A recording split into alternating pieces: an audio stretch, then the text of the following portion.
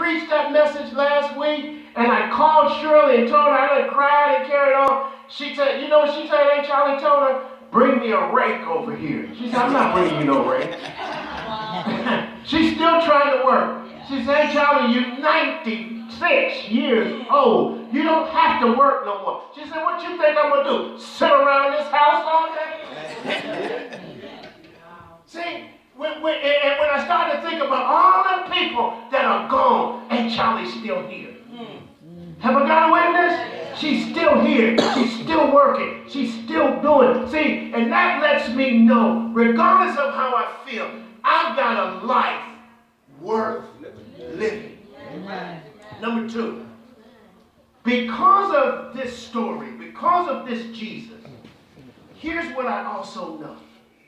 Prayer will change things. Amen? Amen. See, it's one thing to preach to you, but it's another thing to talk to God.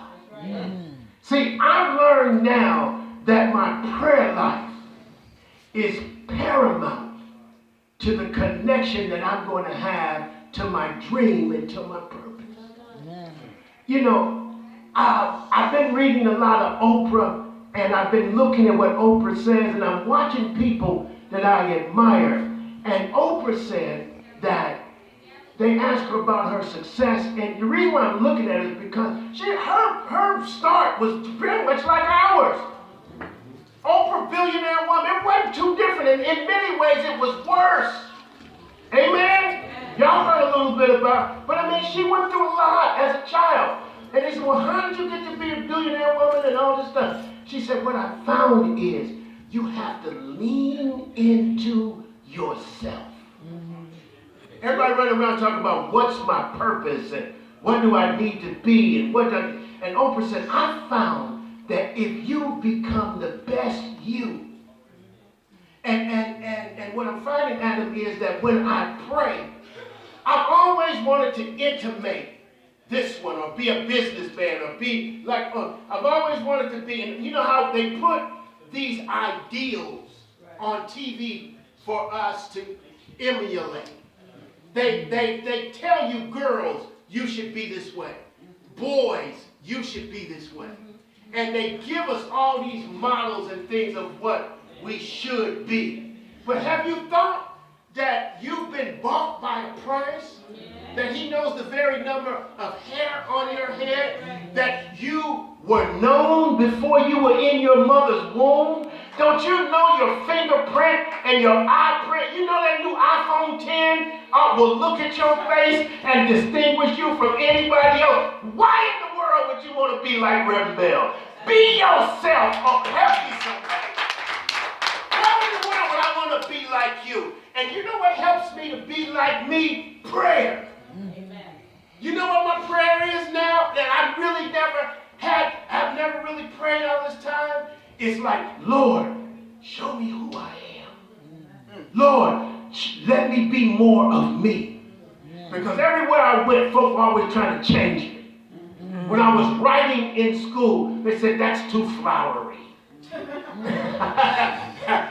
The English teacher said, that's too many adjectives. They didn't know I was going to be a preacher. I couldn't write like, then when I got to corporate, they said, that's too flowery. We just want the facts. Amen? And I'm trying to think, well, when they want that, what do they want? Do you ever get like that? You try to pull your hair. Why did you go to work? What in the world do you want me to be? That's when you know you're in the wrong job. When you're trying to be something that you're not, that's what you know you're in the wrong job. And you know what my mother, Adele Turntine, said? She said, whatever is play is pay. That's right. Look at your neighbor and say, you need to find something you like doing. Am I telling the truth, y'all?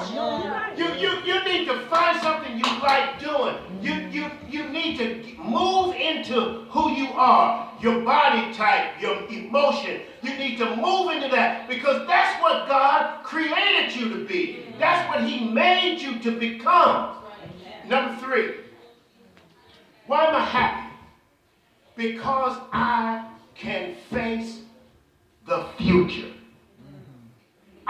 scared of tomorrow.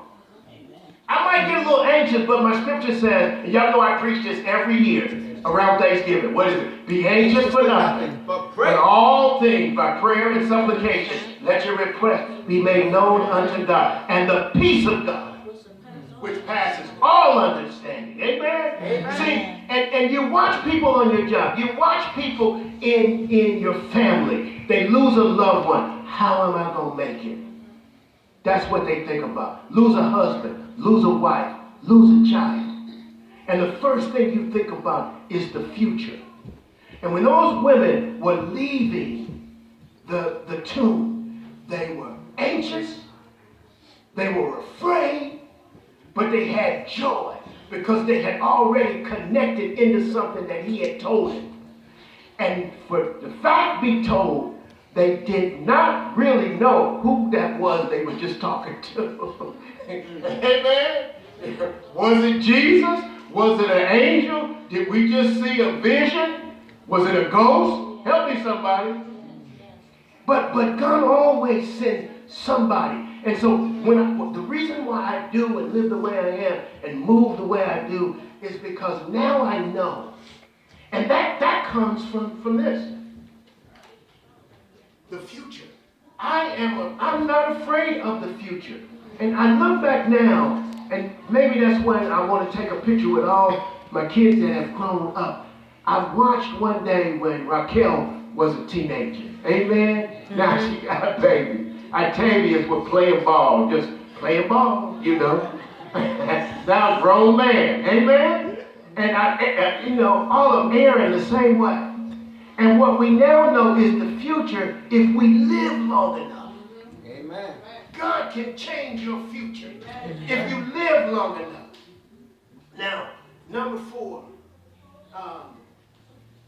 Why do I sing? Why am I happy? I'm happy because this is the big one for me. Death has been defeated. This is life's most difficult subject. This issue of death. We got parents who have Alzheimer's, who are headed away. We've got sudden death. We've got all these different kinds of death, sudden, gun violent death. But what I know and what you know is that in this tomb, in this open tomb, death has been defeated. How do you know? I can't prove it. But I've got all these other things that keep me going.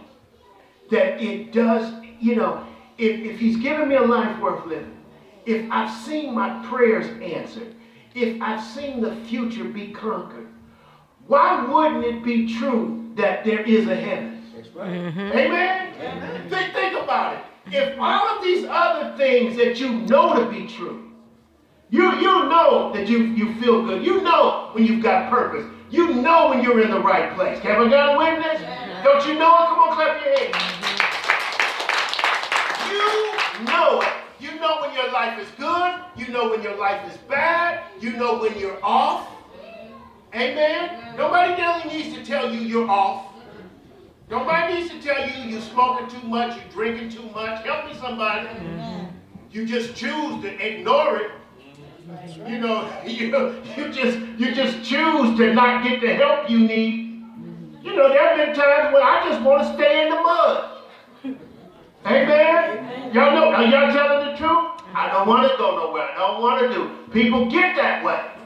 And then you think it's better, and then you have to say to yourself, wait a minute, I'm better than this. I know more than this. I got more. And then you start to count your blessings. I just saw in the news that, and this is what it made me cry. There is a course at Yale University. And this course was given to the young people on how to disconnect from their phones and learn how to count their best blessings and be happy. Beloved, do you not know that 18, 17, and 19-year-olds are so depressed and so disconnected and so wounded? Come on, somebody. They have not connected, and then the class was so popular that if you look it up right now, Yale University, you can take it yourself.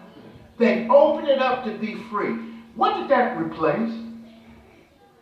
Church, Sunday school, God, and a healthy relationship. That's where we learn that. But since folk don't go to church no more, since folk don't want to read the Bible, since we don't model, that's right. Ooh, I better stop while I'm ahead. We don't model the principles of Jesus in church because we're so caught up in what folk got on. We're so caught up in what they look like, and we're so caught up in the tradition. Sit over here. Sing it this way.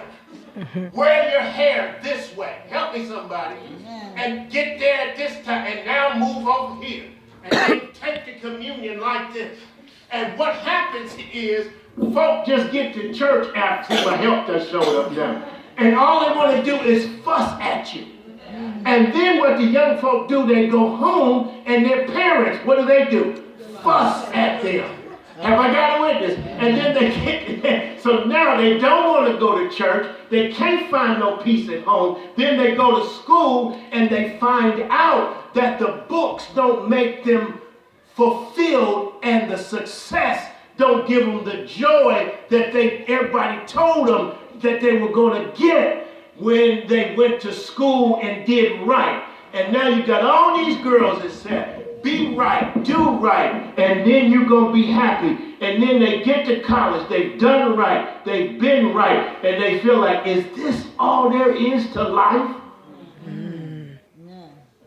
I'm so glad the kids, see, I know my time is up, but y'all know how the Holy Spirit.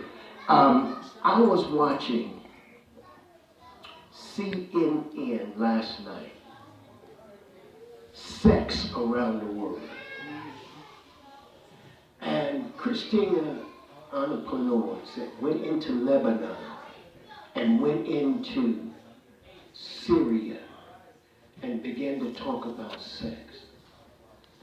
And now here you've got a repressive regime who I got no babies in there. They should be over on the side. The men are so vicious.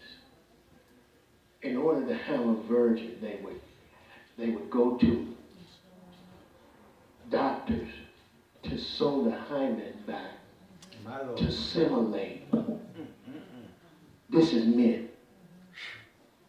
And the culture and the people are so caught up into the traditions. That's right. And guess what? They pulled out a text from the 15th century, written in Arabic. And the text was written with Muhammad's name. And what they talked about is telling women and men how to joyfully enter into sex and treat one another and be fulfilled. And the men on TV said, I can't say this or they'll kill me. See, here's what I stopped by to let you know. You know why I sing? I sing because I'm happy. I sing because God is so good that I don't have to take these repressive, draconian measures in my life. He gave me a wife to enjoy. You can have a healthy relationship in all things. You're supposed to have joy in everything that you do. God is in the middle of all of this. And if you don't feel joy in all things, then you don't have a life worth living. And then they get mad at me because they look, but you know he's divorced. And have I got a witness? And the Bible said I'm not supposed to be by myself. He said as long as I'm here, I'm supposed to have joy. As long as I'm here, I'm supposed to be able to come back As long as you're here, you're supposed to be able to overcome. As long as you've got breath in your life, that all of these things are beautiful. It's not nasty. Help me, somebody. It's a good thing when we have love for one another, when we have joy for one another, when we have purpose in our lives, when we're doing what God called us to be. Why are you on a job you can't stand? Why are you somewhere where people don't like you? Find you some folk like you that like you. Love the people that you're around. Every day you get up is supposed to be a day of joy and laughter and fulfillment. I sing because I'm happy. I sing because I'm free. His eye is on the sparrow, and I know he's watching me. The tomb is empty, and there's a reason why I'm happy. I know other folk have written a whole lot of stuff into it, but it's very simple for me. It's very simple for me. He brought me joy. And my overall outlook, I might get sad sometimes, but for the most part, I'm going to be happy. I might get down. I might get a little sorrowful. I might shed a tear. But for the most part, I'm going to have joy. I'm going to have joy because he's a good God. I'm going to have joy because he's a great God. I'm going to have joy because he put love in my life. I can have joy because I have fulfillment in my life. I'm going to have joy because you're going to be crazy and I don't have to be crazy. Folk are crazy and they want you to be crazy with them. Folk are sad. They want you to be sad with them. Folk are unhappy and they want you to be unhappy with them. But not me. Go on over there and be sad. Go on over there and be unhappy. Go on over there and be miserable. But I'm going to sing because I'm happy. Yeah, you think ain't nobody died in my family? Ain't nobody had cancer in my family? You think ain't nobody ever been broke in my family? You think I ain't never been hurt? Yes, I have. But guess something? I got something that keeps pulling me up out of the mud. I got somebody that gives me hope. I got somebody that gives me something to live. And then when I look around and see what he's done for you, some of y'all in here today have just about lost your mind. But I look at you now and I say, my God, look what God can do. I look around at some of y'all and say, my goodness, God, I know I'm always talking about me, and I. But when I look at some of y'all and look where he brought y'all from, Lord, have mercy, Jesus. That's evidence enough that God is good. Am I telling the truth? I'm telling the truth about it. Come on, let's stand up and give the Lord God a hand clap.